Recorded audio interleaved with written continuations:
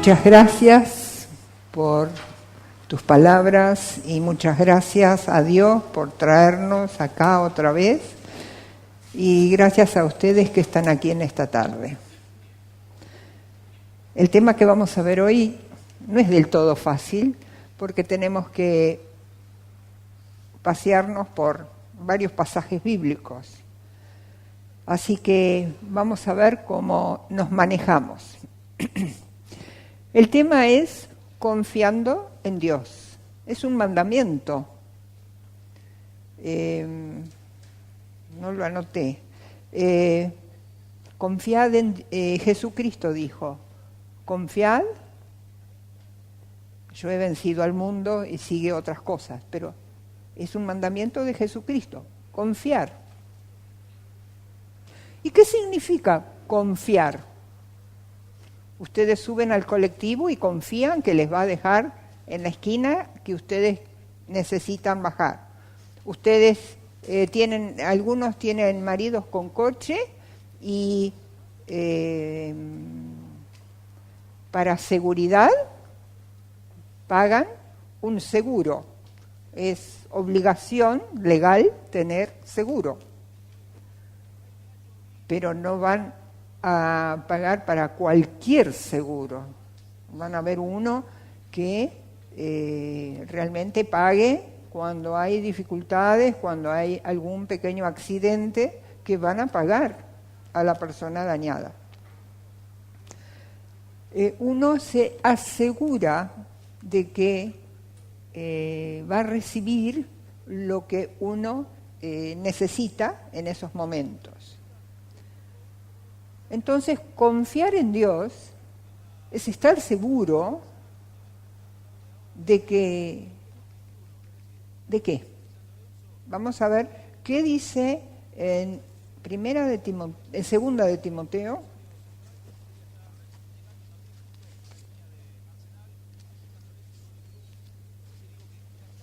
En Segunda de Timoteo, a ver dónde lo anoté. 1:12.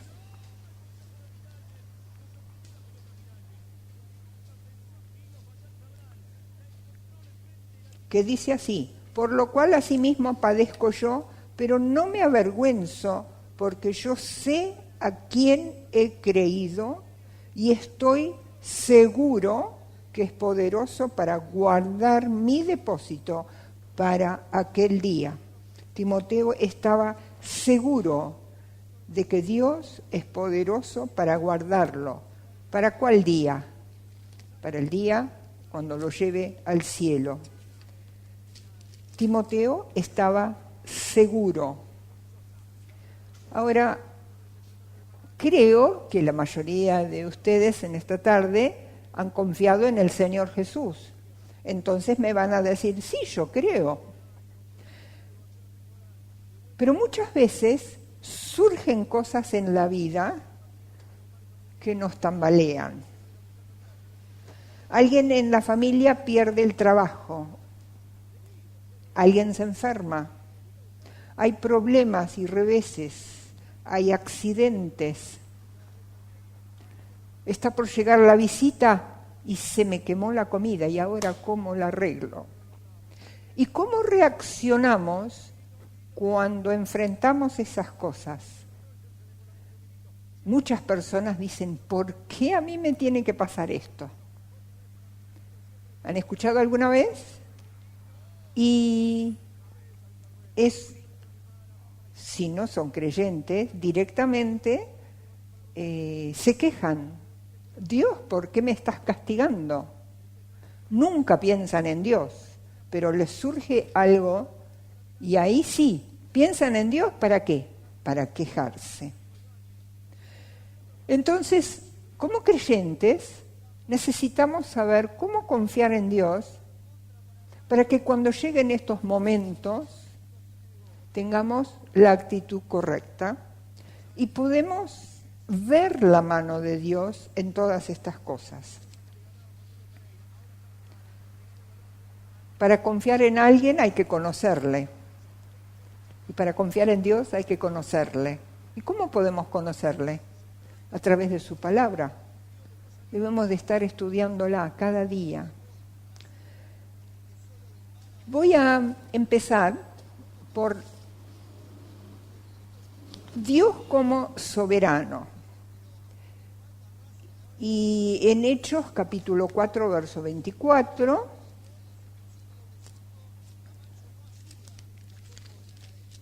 dice así: los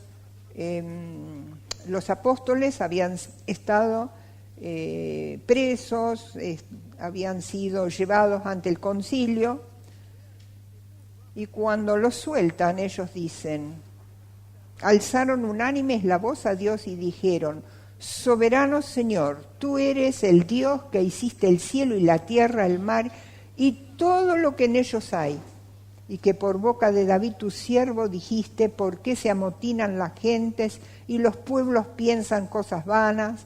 Se reunieron los reyes de la tierra, los príncipes se juntaron en uno contra el Señor y contra su Cristo.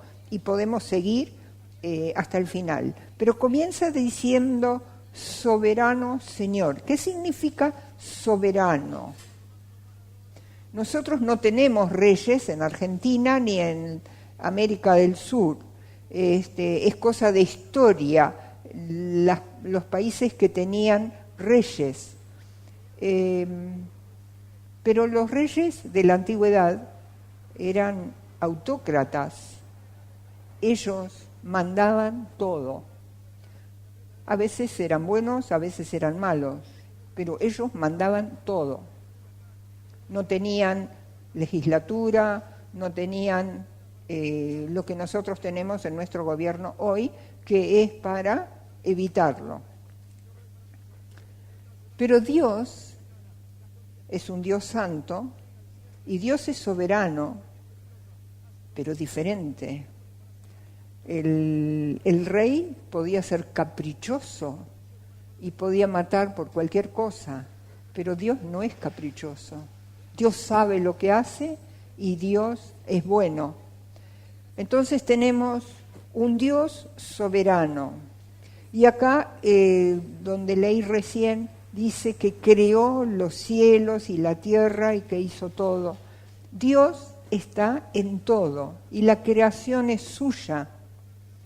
Cuando ustedes hacen algo, tienen un jardín, lo cuidan, porque es una obra de arte suya. Hacen un bordado, la hacen con cuidado, porque se esmeran, es algo que les da placer a ustedes. Y cuando Dios hizo la creación y nos creó a nosotros, lo hizo con ese placer y los cuida y está interesado en cada parte de la vida de cada uno, en la vida de las naciones, en la vida de las personas, pero Dios también es soberano sobre la naturaleza. Hay terremotos, nuestro clima está cambiando, hay desastres naturales. Estas cosas muchas veces suceden por el pecado del hombre, causa que cosas sucedan y que no son de nuestro agrado. También Dios permitió desastres cuando quiso castigar a Sodoma y Gomorra por su maldad, cuando hubo el diluvio y estuvo Noé. En cuántas cosas, tanto para castigo como para bendición. En la época de Elías no llovió por 2 años y medio. ¿Por qué? Porque el rey no estaba haciendo las cosas como debía. Y después Dios tuvo misericordia de su pueblo y mandó la lluvia nuevamente. Dios gobierna sobre todo. Y al leer la Biblia nos vamos a dar cuenta de esto. Ahora, en primer lugar, nosotros nos interesa nuestra vida. Entonces vamos a leer el Salmo 139.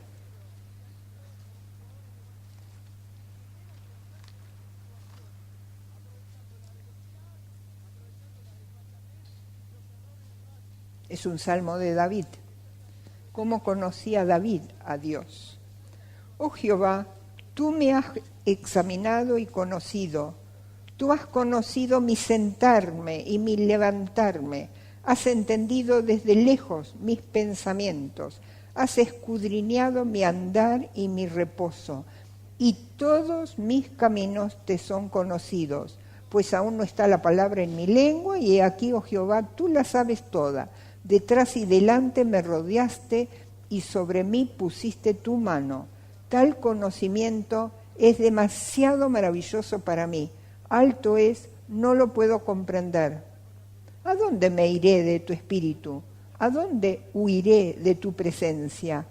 Si subiere a los cielos, allí estás tú. Y si en el Seol hiciere mi estrado, he aquí, allí tú estás. Si tomare las alas del alba y habitare en el extremo del mar, aún allí me guiará tu mano y me asirá tu diestra. Y podríamos seguir leyendo todo el Salmo 139, pero tengo muchas lecturas, así que voy a pararme un poco. Bueno, pero vamos a una historia que tuvo reveses y vamos a ver qué pasó. Vamos a ir a Génesis, no lo vamos a leer todo, pero vamos a ir viendo a grandes rasgos lo que pasa. Vamos a Génesis capítulo 37 y vamos a ver la vida de un personaje llamado José. José era el hijo de la esposa favorita de Jacob y por lo tanto era el hijo favorito de Jacob. Estaba siempre al lado de su padre, era el hijo preferido y parece ser que le obedecía muy bien. Pero los hermanos les molestaba. Siempre molesta cuando en una familia hay un favorito. No sé cómo hizo mi mamá para disimular cuál era el favorito de ella, porque para ella todos éramos 8 hermanos y ella nos dio el mismo cariño, la misma atención a cada uno. Y realmente nos sentíamos amados. Pero Jacob vivió al comienzo y no tuvo esa sabiduría y entonces tenemos en el versículo 11: y sus hermanos le tenían envidia, justamente porque antes de esto él contó un sueño en el versículo 11, a ver, el primero, en el versículo 6, les dijo: oíd ahora este sueño que he soñado, he aquí que atábamos manojos en medio del campo, y he aquí que mi manojo se levantaba y estaba derecho, y que vuestros manojos estaban alrededor y se inclinaban al mío. Le respondieron sus hermanos: ¿reinarás tú sobre nosotros o señorearás sobre nosotros? Y le aborrecieron aún más a causa de sus sueños y sus palabras. Soñó aún otro sueño y lo contó a sus hermanos, diciendo: he aquí que he soñado otro sueño, y aquí que el sol y la luna y 11 estrellas se inclinaban a mí. Y lo contó a su padre y a sus hermanos, y su padre le reprendió y le dijo: ¿qué sueño es este que soñaste? ¿Acaso vendremos yo y tu madre y tus hermanos a postrarnos en tierra ante ti? Y le tenían envidia. ¿Y qué sucedió? En este capítulo 37, el padre lo llama a José y le dice: mira, tus hermanos se han ido a Siquem, se han ido con el ganado, y quiero que vayas a ver cómo están y seguramente les dio provisiones también para llevarles, porque era lejos. Y cuando llegó al lugar no estaban allí, pero encontró un hombre que estaba caminando en el campo que le dijo que les había escuchado decir que se iban a Dotán. Entonces José se fue a Dotán. Y en el versículo 18 dice, cuando ellos lo vieron de lejos, antes que llegase cerca de ellos, conspiraron contra él para matarle. Y dijeron el uno al otro, he aquí viene el soñador. Ahora pues, venid y matémosle y echémosle en una cisterna y diremos, alguna mala bestia lo devoró y veremos qué será de sus sueños. Cuando Rubén oyó esto, lo libró de sus manos y dijo, no lo matemos. Y les dijo Rubén, no derraméis sangre, echadlo en esta cisterna que está en el desierto y no pongáis mano en él, por librarlo así de sus manos para hacerlo volver. Entonces cuando llegó José, lo tomaron y lo echaron en el pozo. ¿Y qué pasó? Por ahí, mirando, estaban posiblemente, se sentaron a comer pan y vieron que venían unos camellos ismaelitas que llevaban cosas para vender, bálsamo, mirra, elementos aromáticos, y los llevaban a Egipto. Entonces uno de los hermanos dice, vamos a venderlo y sacamos provecho de esto. Entonces se lo vendieron por 20 piezas de plata a los ismaelitas y ellos se quedaron con el saco de muchos colores de José, mataron un cabrito, lo ensuciaron, lo mancharon con sangre para llevarlo al padre. Y los madianitas lo llevaron y lo vendieron en Egipto a Potifar, oficial de Faraón, capitán de la guardia. Primer toque de Dios. No permitió que fuese muerto. Bueno, el primero no. El primero eran los sueños. Los sueños fueron una señal que Dios le dio a José para sostenerlo durante todo lo que pasó después. Lo segundo es que no lo mataron.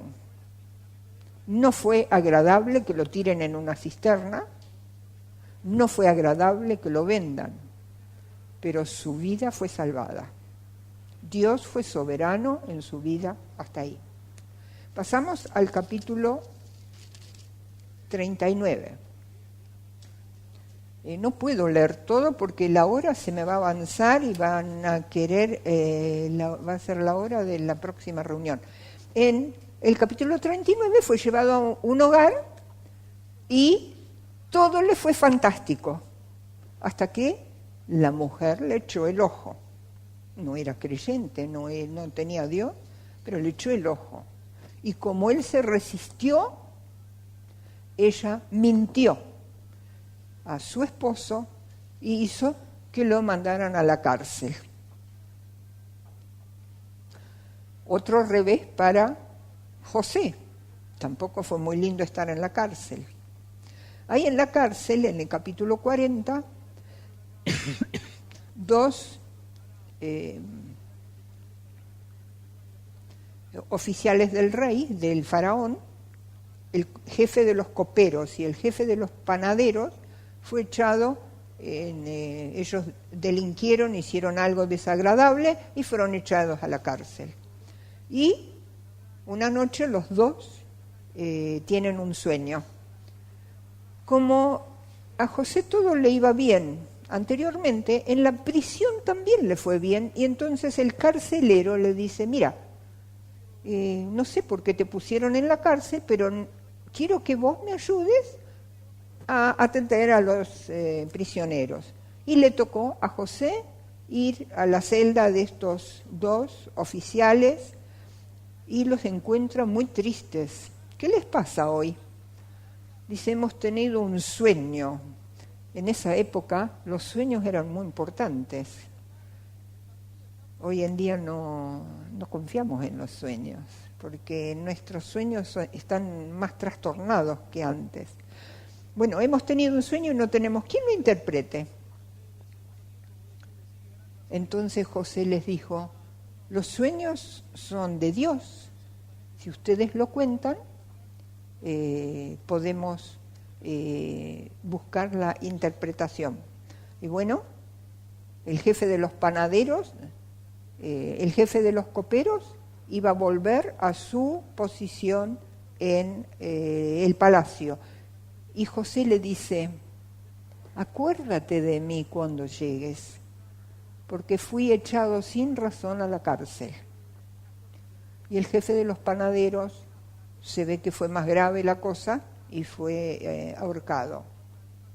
Y se cumplió lo que dijo José, pero el oficial, que era el jefe de los coperos, ¡ay, qué alegría de llegar al palacio, que todo va bien! Y se olvidó completamente de José. Hasta 2 años después, que está en el capítulo 41, cuando el faraón tiene un sueño.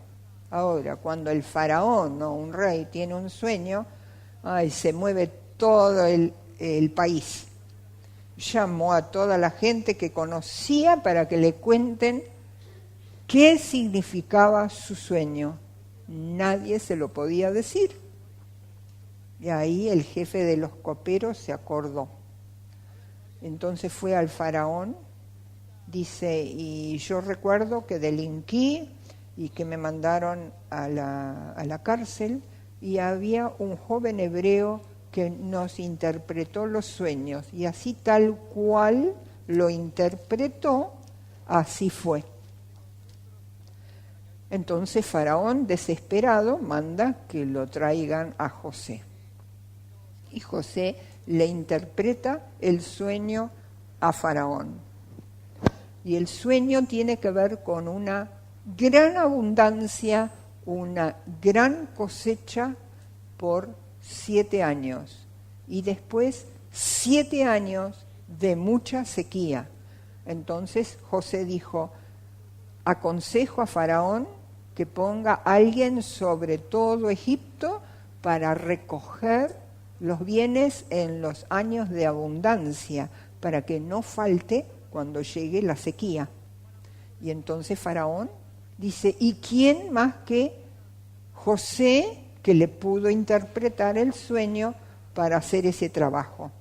Así fue como José es sacado de la cárcel, es dado una esposa y es el segundo en el reino de Egipto. Y él recorre el país juntando el grano para los años de sequía. Vemos otra vez la mano de Dios. Dios da los sueños a estas personas. Fue Dios que le hizo olvidar tal vez al jefe de los coperos, no sé. No tenemos que interpretar todo, pero la mano de Dios estaba sobre él y también le dio este sueño importante al faraón, para que José salga y para que José junte, para que la gente no muera. ¿Quién se entera de que hay alimento en Egipto? Los hermanos de José. Y ellos vienen a Egipto. Y José, claro, José está afeitado como un egipcio, tiene un corte de pelo tal cual los egipcios, su vestimenta bien egipcia, así que ellos no le reconocieron, él tampoco les habló en su lengua, les habló en el egipcio y tuvo un intérprete a su lado de intermediario. Y les vendió la primera vez el alimento, pero le dijo a la gente que hacían que les ponga el dinero a cada uno en su saco. Pero José los probó un poquito. Ustedes son espías, vinieron acá para espiar la desnudez de Egipto, con esta gran sequía. No, nosotros somos gente humilde de Palestina, tenemos un padre ya anciano, un hermano más joven. No, ustedes son espías. Vamos a hacer una cosa, ustedes dejen uno de sus hermanos aquí, los demás vuelvan, lleven el alimento, y vamos a probar si me han dicho la verdad. Van a volver con el hermano más chico, que era Benjamín, que era el verdadero hermano de José, de parte de su madre. Los otros eran hermanastros de José. Bueno, vemos otra vez, les empieza a sacudir un poquito a los hermanos, y la segunda vez los sacude más, cuando los lleva a su casa, les da de comer y todo lo demás, y se da a conocer a sus hermanos. Como el hambre era de 7 años, él dice, tienen que venir todos a Egipto, porque se van a morir de hambre. Vengan y yo les voy a cuidar, y traigan a papá, y vengan todos. Y los trata bien. Pasan los años y Jacob muere. Y en el capítulo 50 y el verso 15, dice, viendo los hermanos de José que su padre era muerto, dijeron, quizá nos aborrecerá José y nos dará el pago de todo el mal que le hicimos. Y enviaron a decir a José, tu padre mandó antes de su muerte diciendo, así diréis a José, te ruego que perdones ahora la maldad de tus hermanos y su pecado, porque mal te trataron. Por tanto, ahora te rogamos que perdones la maldad de los siervos del Dios de tu padre. Y José lloró mientras hablaban. Vinieron también sus hermanos y se postraron delante de él y dijeron, henos aquí por siervos tuyos. Y les respondió José, no temáis, ¿acaso estoy yo en lugar de Dios? Vosotros pensasteis mal contra mí, mas Dios lo encaminó a bien para hacer lo que vemos hoy, para mantener en vida a mucho pueblo. José reconoció que todo el mal que él sufrió estaba controlado por Dios para poder salvar la vida de toda su familia.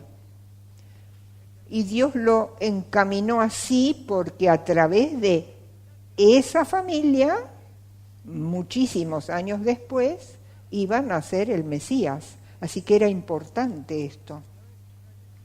Pero José lo aprendió. Tuvo que sufrir la cárcel, tuvo que sufrir la envidia de sus hermanos, las mentiras de una mujer muy rica,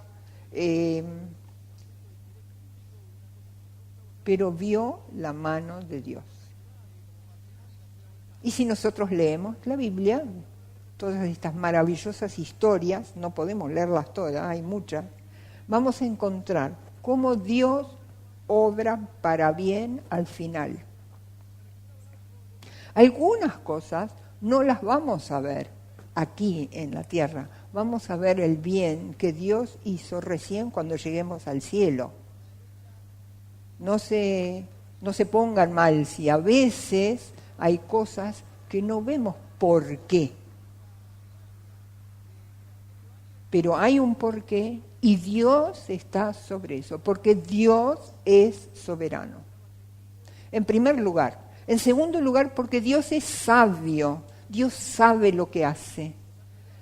Y Dios fue sabio en todo lo que hizo a través de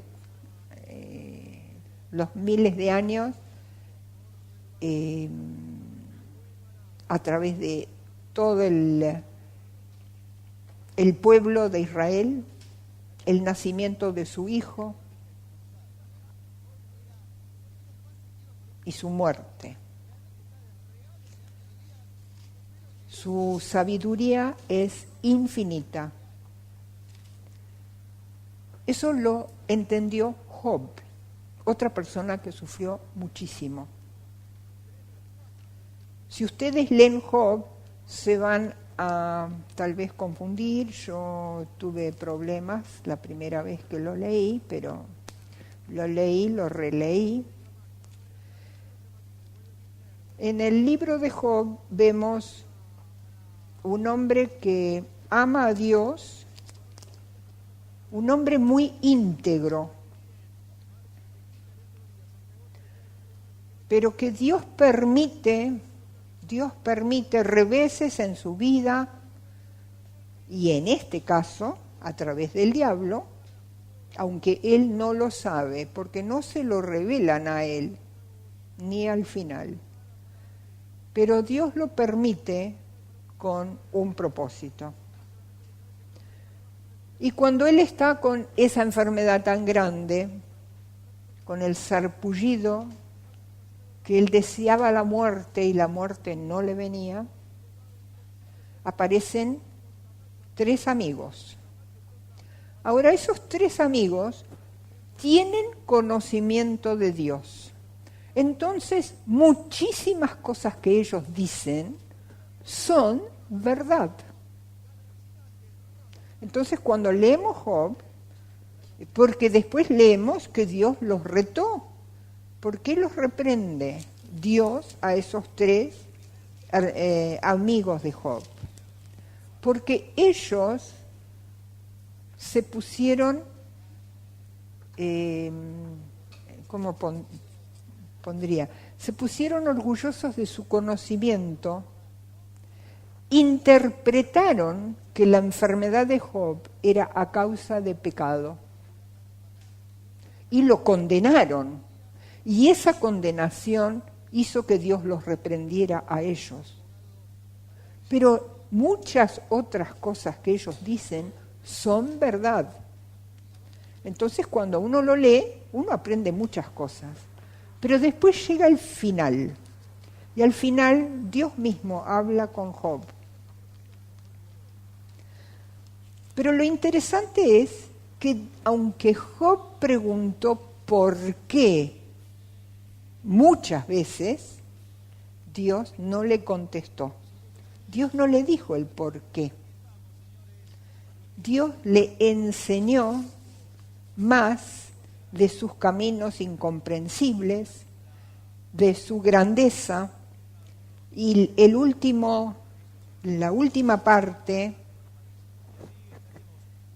en el capítulo 42, dice: yo conozco, Job le contesta a Dios, yo conozco que todo lo puedes y que no hay pensamiento que se esconda de ti.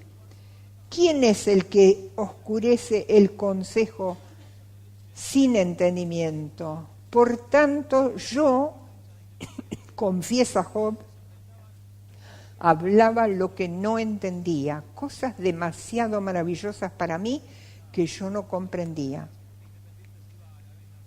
Oye, te ruego y hablaré, te preguntaré y tú me enseñarás. De oídas te había oído, mas ahora mis ojos te ven. Por tanto me aborrezco y me arrepiento en polvo y ceniza. Él se humilló delante de Dios, pero tuvo una experiencia de Dios mucho mayor de la que había tenido antes. Tenemos que tener cuidado de no interpretar todo lo que vemos, sino ver lo que Dios nos muestra. Dios es soberano, Dios es sabio, pero Dios también es amor. Desde el principio, desde antes de la fundación del mundo, Dios pensó en nosotros, perdidos en nuestros pecados, o muertos, como dice Efesios, y planificó nuestra salvación. Cada uno de nosotros por nombre pensó en cada uno de nosotros y nos amó.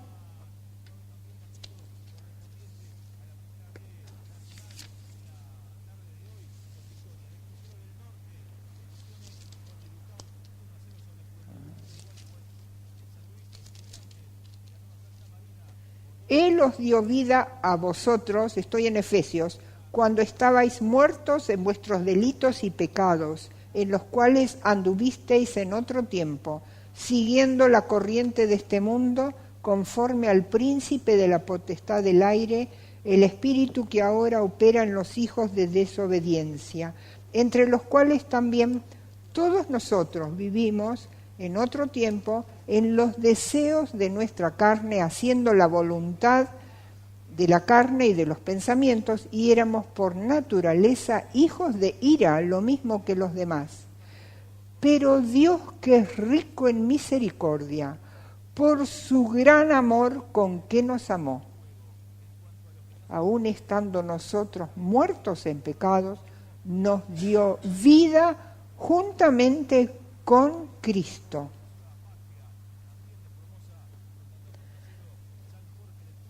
Y después me salté un versículo, para mostrar en los siglos venideros las abundantes riquezas de su gracia en su bondad para con nosotros en Cristo Jesús. Si nosotros hemos sido salvados, Dios nos amó desde el principio, planificó nuestra salvación, a pesar de que nosotros estábamos perdidos con nuestros pensamientos en todo lo que es del mundo. Cuando habla de la carne acá, es todo lo que es del mundo, todo lo que es de nuestro. Éramos hijos de ira, pero Dios, que es rico en misericordia, por su gran amor con que nos amó, a nosotros y miles y millones de personas más, planificó esa muerte tan terrible para Jesús en la cruz. Y Él, que amó a su Hijo más perfectamente que cualquier madre ama a su hijo, entregó a su Hijo a la muerte para salvarme a mí y para salvarte a ti. El verdadero amor es autosacrificio. ¿Cuántas veces la mamá se sacrifica por su hijo? Y Dios, mucho más. En el Calvario, Dios mostró su amor por nosotros. Entonces, cuando tenemos reveses en la vida, tenemos que recordar que Dios es soberano, que Dios es sabio y que Dios es amor. Ahora, Dios, siendo soberano, hace todo para su gloria. Entonces nosotros, cuando nos reuniremos mañana, vamos a adorarle, porque Él se merece toda la adoración que le podemos dar. De su sabiduría podemos aprender. Pero de su amor, bueno, de su amor también vamos a aprender.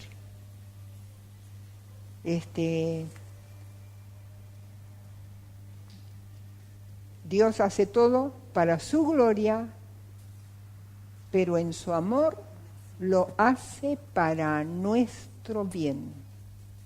Entonces, cada revés, no sé, no entiendo, pero Dios, lo estás haciendo para mi bien, en alguna manera. Ayúdame a honrarte, a glorificarte a través de esto. Como esto tenía,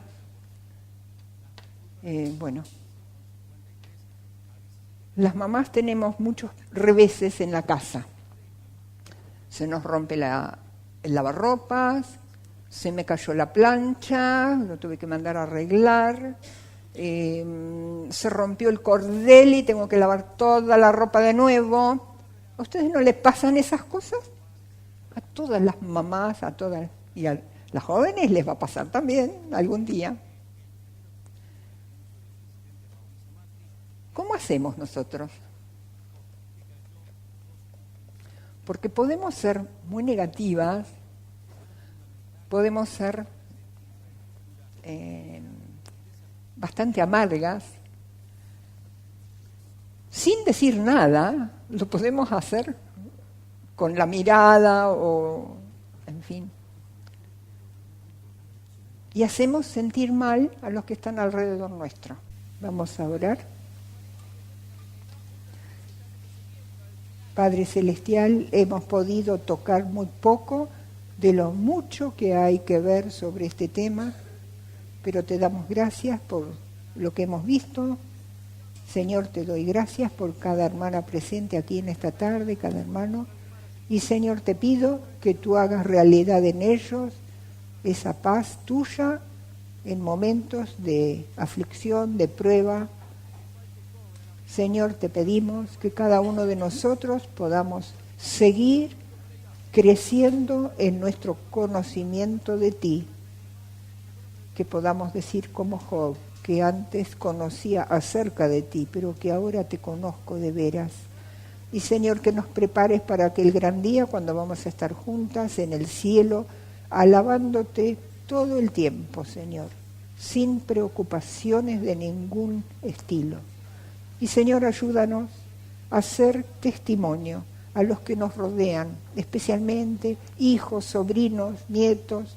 Señor, los chicos de hoy tienen tan poco para guiarles hacia ti si no somos nosotros. Y te pedimos, Señor, que ellos aprendan a través de nuestras experiencias y a través de lo que nosotros podamos compartir con ellos. Bendícenos, Señor. Y si alguna está sufriendo pruebas en este momento, oh Señor, te pido que tú estés con ella, que tú le des la certeza de tu amor, la certeza de tu sabiduría, y que en algún momento tú le vas a mostrar la razón de su aflicción o de su prueba. Te pido esto en el nombre de nuestro Salvador, que tanto sufrió por nosotros. Señor, gracias por Él y gracias porque algún día vamos a estar con Él. Y en su nombre te pedimos y te damos gracias. Amén.